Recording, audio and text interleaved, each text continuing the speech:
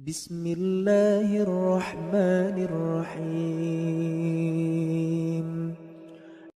Apakah arti kebahagiaan bagi seorang mukmin menurut Al-Quran dan Sunnah? Karena ada kebiasaan orang miskin melihat, karena ada apa ini ya? Ada sebagian orang miskin melihat menjadi kaya adalah kebahagiaan. Orang sakit melihat orang yang sehat adalah kebahagiaan. Tentu saja kebahagiaan ini relatif, besar kan kebahagiaan. Semua yang membuat orang tentram dikatakan bahagia. Kan itu. Kita bangun tidur sehat, oh saya bahagia. Kita dapat uang, kita bahagia. Dapat keturunan, bahagia. Soalnya gembira namanya kebahagiaan. Tapi ini tentu ada tingkatan-tingkatannya, gitu kan. Ada orang miskin, dia lihat bahwasanya harta itu kalau dia kaya, dia bahagia. Ini nggak bisa kita salahkan.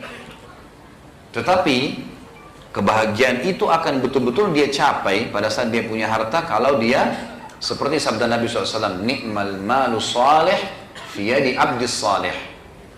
Harta yang paling baik adalah harta yang halal di tangan orang yang saleh. Harta yang saleh di tangan orang yang saleh. Artinya harta yang halal dan di tangan orang yang faham tentang haknya uang itu.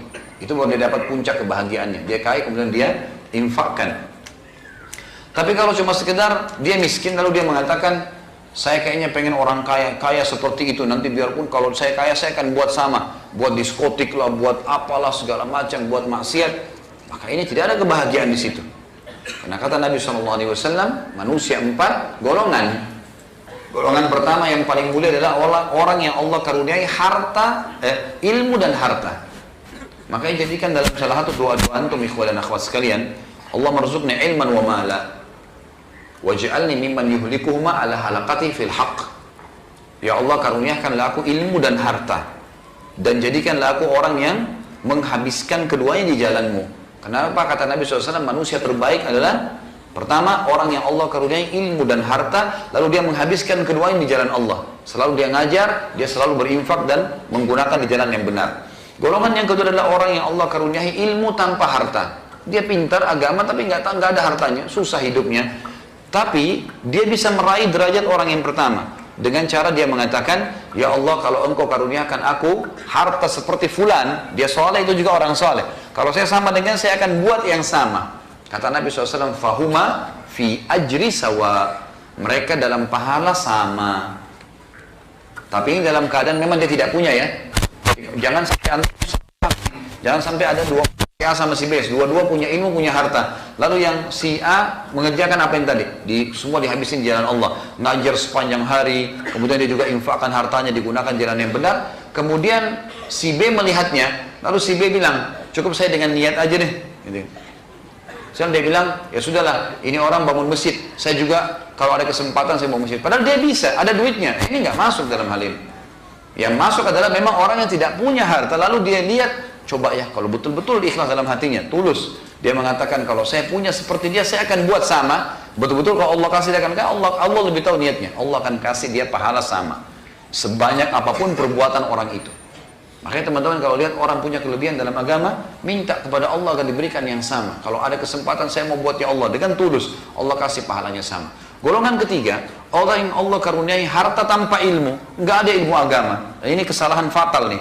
Sehingga dia tidak tahu mana halal, mana haram. Lalu uangnya dihabiskan di jalan kesalahan, kebatilan. Mabuk-mabukan, zina, dan seterusnya.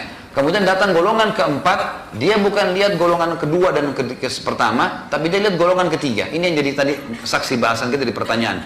Lalu dia bilang, kalau seandainya saya punya harta seperti golongan 3 tadi, yang banyak berbuat maksiat, maka saya akan buat seperti dia. Kata Nabi, fahuma fi wazri sawa. Maka orang ini di dosa sama. Ini orang di dosa sama, gitu kan. Jadi ini kita harus hati-hati teman-teman sekalian ya. Jadi kebahagiaan itu relatif. Kalau dia berhubungan dengan masalah agama, maka insya Allah itu adalah kebahagiaan. Ya, itu adalah kebahagiaan. Dan kata Nabi SAW teman-teman tentang masalah harta misalnya. Tentang masalah orang kalau terlalu tergila-gila dengan harta yang banyak. Kata Nabi SAW, siapa yang bangun tidur, jasadnya sehat, dia punya makanan hari itu, dia punya rumah atau tunggangan yang dia bisa gunakan, dia adalah orang yang terkaya. Udah, gitu. Sudah cukup buat dia. Atau kadang-kadang juga ada orang sakit berharap sehat, itu harapan bisa saja dia minta sama Allah. Tapi kalau dia berpikir bahwasanya cobaan penyakit itu akan membuat tadi waktunya, umurnya dipangkas di jalan ketaatan Allah, pembersihan dosa-dosanya, peninggian derajatnya, dan kalau dia sabar sampai di titik klimaksnya, sampai terima takdir Allah dan berobat, kemudian dia sabar sampai jadi kiamat, insya Allah akan ada jalan keluarnya. Tadi ada pertanyaan sebelumnya itu, baik ini masalah kebahagiaan sudah ya. Bagaimana seorang mukmin dapat hidup dalam ketenangan sementara ia tidak mengetahui apakah dosanya telah diampuni, apakah amalannya diterima? Bagaimana bila ia selalu diliputi kekhawatiran dan kekhawatiran sehingga ia merasa lelah beribadah? Waswas syaitan itu. Seorang mukmin wajib yakin dengan janji Allah, wajib. Saya sholat, kita sudah jalankan semua syarat-syarat dan rukunnya, yakin Allah terima. Kita harus yakin, walaupun kita nggak bisa pastikan, gitu kan, kadar pahalanya. Tapi kita kalau sudah memenuhi syarat, Allah itu tidak pernah memungkiri janjinya. Kita harus yakin, kalau kita berbuat dosa, kalau tidak taubat akan masuk neraka. Itu tidak bisa dipungkiri. Sebuah itu hukum sunnatullah, nggak bisa. Jadi jangan ragu, nggak boleh ragu. Kalau kita sudah bertaubat, sudah beristighfar, nggak ada tanda-tanda khusus dalam agama, gitu kan. Sudah bertobat istighfar, lalu kita istiqomah jalan Allah. Makanya Imam Nawawi mengatakan syarat tobat nasuha adalah meninggalkan dosa itu seketika, menyesali dan janji sama Allah tidak mengulangi. Lalu ada ulama lain tambahkan syarat keempat, menyibukkan sisa umur dengan amal soleh. Udah saya jalankan, selesai. Allah subhanahu wa ta'ala maha pengampun. Bukankah Allah gembira dengan taubat hambanya? Udah kita yakin dengan janji Allah dan Rasulnya, jalan. Gitu. Umar bin Khattab dulu pemabuk radhiyallahu anhu, terus kemudian masuk Islam, taubat dan yakin dengan janji Allah, sudah bisa masuk surga. Sampai kata Nabi SAW, waktu saya sedang dimasukkan, waktu Isra Mi'raj, dilihatkan surga, ada sebuah istana terbuat, ya, kubahnya itu dari emas atau dari intan gitu hadisnya. Maka aku bertanya pada Jibril, istananya siapa ini? Sangat mewah. Kata Jibril, ini adalah salah satu dari anak pemuda Quraisy. Kata Nabi SAW, aku berharap dia orang itu. Lalu aku bertanya, siapa itu? Kata Jibril, itu adalah Umar bin Khattab. Ini istananya dia. Padahal Umar masih di Madinah, masih hidup. Sebelumnya Umar bin Khattab dulu memerangi Islam. Berarti memang janji Allah benar, nggak ada yang perlu diragukan. Jadi jangan ragu. Ini waswas syaitan sehingga membuat orang jenuh beribadah. Ada apa untuk jenuh teman-teman sekarang? Untuk apa jenuh? Nggak ada ketentraman kecuali dalam masalah ibadah. Kalau antum gelisah dalam ibadah, berarti masalah dosa yang mengganjal. Fahamin itu. Kalau kita masih malas ibadah atau kita malah jenuh dalam ibadah, berarti ada dosa yang mengganjal. Bagaimana bersabar jika ujiannya dari orang tua sendiri, terutama dari ibu? Tentu saja sabar, sama saja jawabannya. Mau orang tua atau mau anak, tetap saja kita bakti dengan beliau di hal-hal, lakukan hal-hal yang diperintahkan oleh agama, misal tetap melayani, pada hal yang bukan bau maksiat kepada Allah, tetap kita bakti, ya, tetap kita jenguk kalau sakit, tetap kita memberikan hadiah yang dibutuhkan dan seterusnya. Yang dilarang agama jangan diikuti, tetap aja lakukan, gitu kan. Sabar, nasihatin, luruskan. Orang dicoba di orang tuanya, orang dicoba di anaknya, orang dicoba di pasangannya, gitu kan. Banyak cobaan.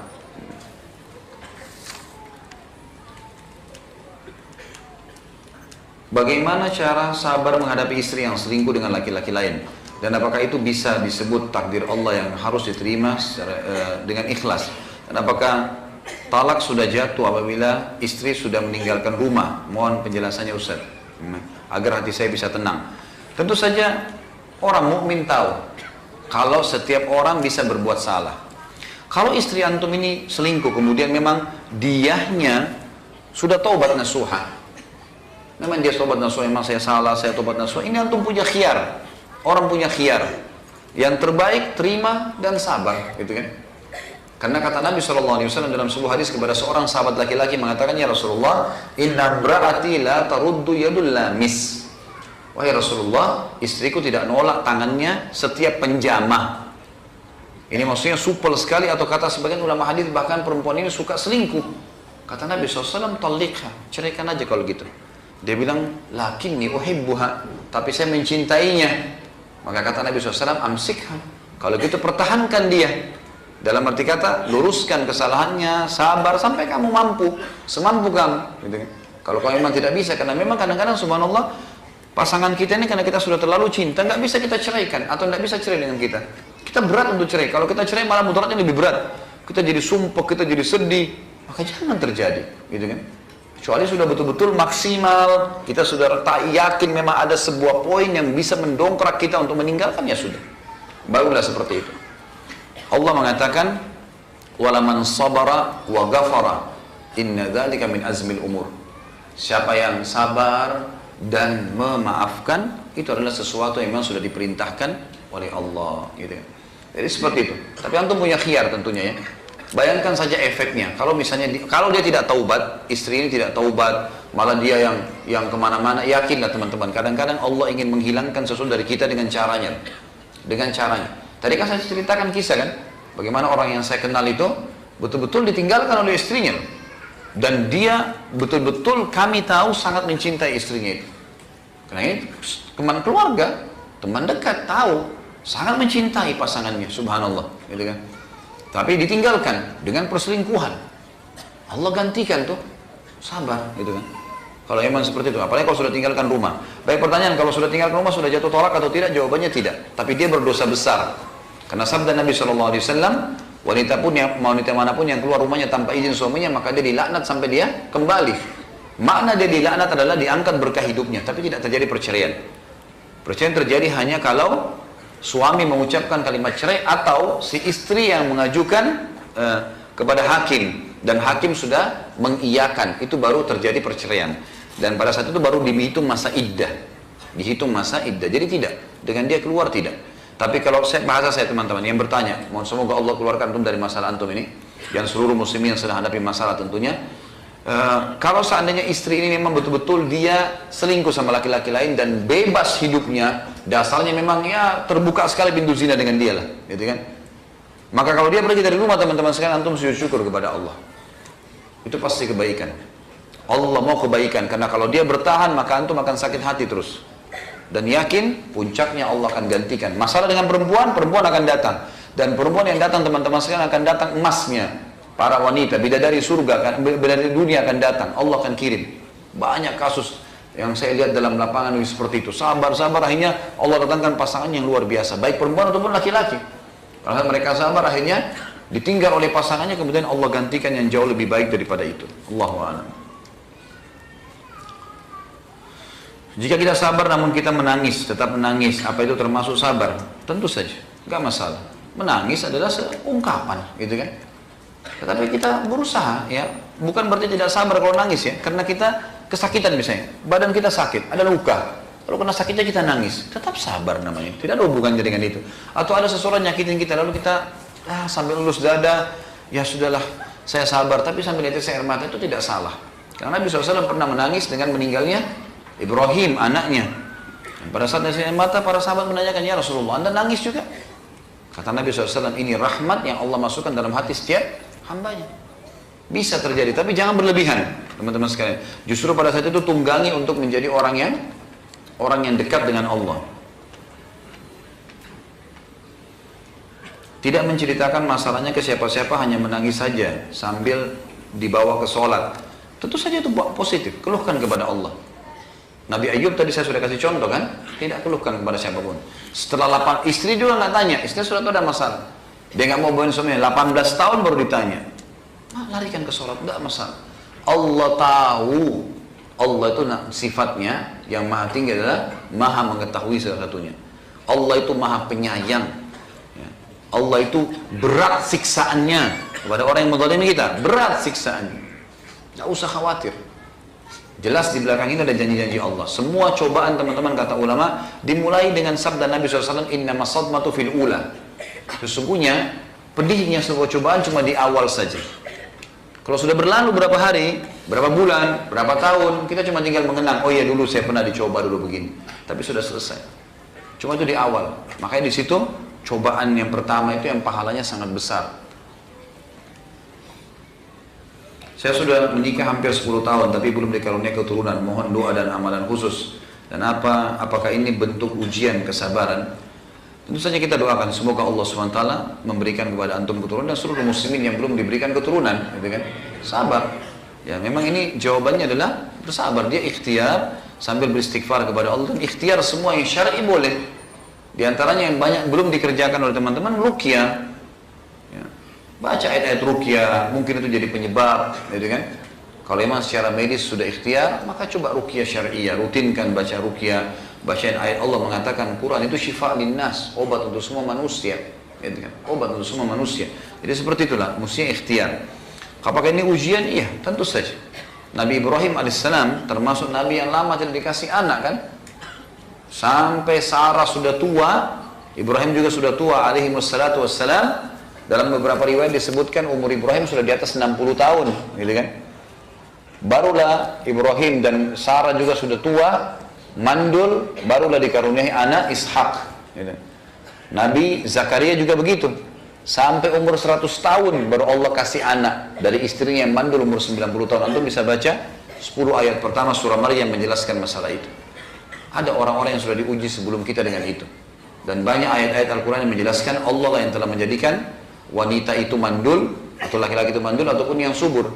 Dan Allah, kalau mau Allah jadikan laki-laki atau perempuan, sabar. Ada baiknya, pasti ada sesuatu yang baik yang Allah simpankan buat kita. Bagaimana kita membedakan apakah musibah yang kita terima ini suatu cobaan atau azab? Kalau antum berbuat dosa, dasarnya antum berbuat dosa, yaitu azab. Gitu kan? Azab. Orang pergi diskotik, pulang, mabuk, tabrakan, azab. Gimana? Tapi orang di majelis ilmu yang mulia, ini antum berita gembira teman-teman. Kata Nabi SAW, siapa yang keluar dari rumahnya ingin belajar agama dan mengajar, dua-duanya, yang mengajar dan yang diajar, itu betul-betul diikhlas karena Allah, dicatatkan baginya lengkap pahala haji. Hanya duduk 1-2 jam, 3 jam seperti dapat pahala haji lengkap. Dalam riwayatnya dikatakan, siapa yang keluar belajar atau mengajar, maka dia di jalan Allah seperti orang jihad sampai dia pulang, gitu kan? Dia dapat pahala. Dalam hadisnya dikatakan malaikat menembakkan sayapnya, membuka sayapnya, melindungi para penuntut ilmu, gitu kan? Jadi banyak sekali manfaat-manfaatnya tentu. Jadi kita lihat di sini teman-teman sekalian, kalau kita karena masalah musibah, dianggap itu adalah sebuah azab kalau kita pulang atau habis melakukan maksiatan lalu datang cobaan itu. Tentu ini juga fungsinya bagi orang beriman membersihkan dosanya.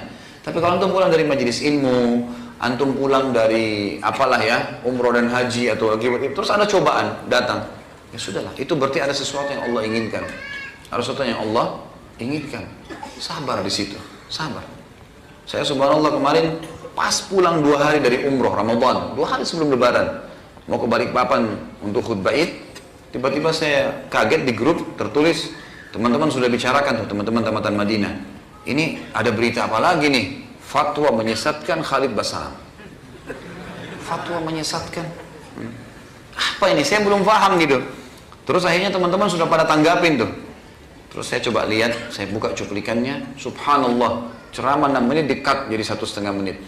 Ini menyesatkan karena begini, karena begitu, karena kata Sayyiduna ini dan seterusnya. Padahal saya menjelaskan Sayyiduna, Nabiuna dan Rasulina. Kalau diikuti 6 menit saya jelaskan itu. Kalau Sayyiduna bisa digunakan untuk siapa saja dalam bahasa Arab. Seperti ruangan ini ada masuk namanya Yusuf, kita bilang Sayyid Yusuf masuk, bisa dipakai, gitu kan? Tapi kalau Nabiuna dan Rasulina itu dipakai untuk satu orang, untuk baginda Nabi SAW, tidak bisa orang lain. Maka kalau ketemu antara ini sama ini, kita dahulukan ini ditinggalkan. Gitu kan? Kita kalau syahadat bilang apa? Asyhadu an la ilaha illallah wa anna Muhammad Rasulullah. Enggak ada kata sayyiduna kan? Nah, begitu juga dengan kalau orang lagi membaca hadis Nabi SAW, an Abi Hurairah anhu anin Nabi SAW. Enggak ada an sayyiduna nabiyuna. Jadi Nabi sudah jadi pengganti di situ. Ini saya jelaskan. Tapi bukan tidak boleh mengucapkan kata sayyiduna, maulana, kalimat yang mulia buat Nabi SAW, asal jangan melampaui batas. Seperti kata Nabi SAW, jangan kalian memujiku melampaui batas seperti Nasara memuji Isa putra Maryam. Tadinya Nasrullah, tadinya Nabiullah, terus tiba-tiba menjadi anak Allah. Kan gitu. Tapi katakan aku adalah hamba Allah dan Rasulnya, Abdullahi wa Rasuluh. Itu ucapannya, gitu kan. Banyak orang sibuk dengan mengambil potongan-potongan ceramah seperti lalu dijadikan sebagai fitnah baru. Itu menjelang, subhanallah, saya baru balik umrah, saya langsung berpikir, oh mungkin ini cobaan, sesuatu yang datang, Allah ingin sesuatu yang baik. Udah, saya ngobrol sama beberapa teman-teman yang memang membantu saya dalam masalah tim, kemudian kita coba upload kembali, meluruskan, ikhtiar kita adalah seperti itu, sampaikan apa ada. Alhamdulillah responnya malah lebih bagus dan Allah Subhanahu wa taala menunjukkan siapa orang itu, dan semoga Allah kasih hidayah. Tetap saja kita disuruh untuk memaafkan, sudah, semoga Allah kasih hidayah, gitu kan. Sabar. Bukan berarti saya harus berhenti dakwah gara-gara itu. Kalau target dia karena mau berhenti dakwah itu kekonyolan kalau saya berhenti, gitu kan. Malah harus sabar, jalanin, perjuangkan sampai meninggal dunia. Yang penting adalah kebenaran dan kebaikan.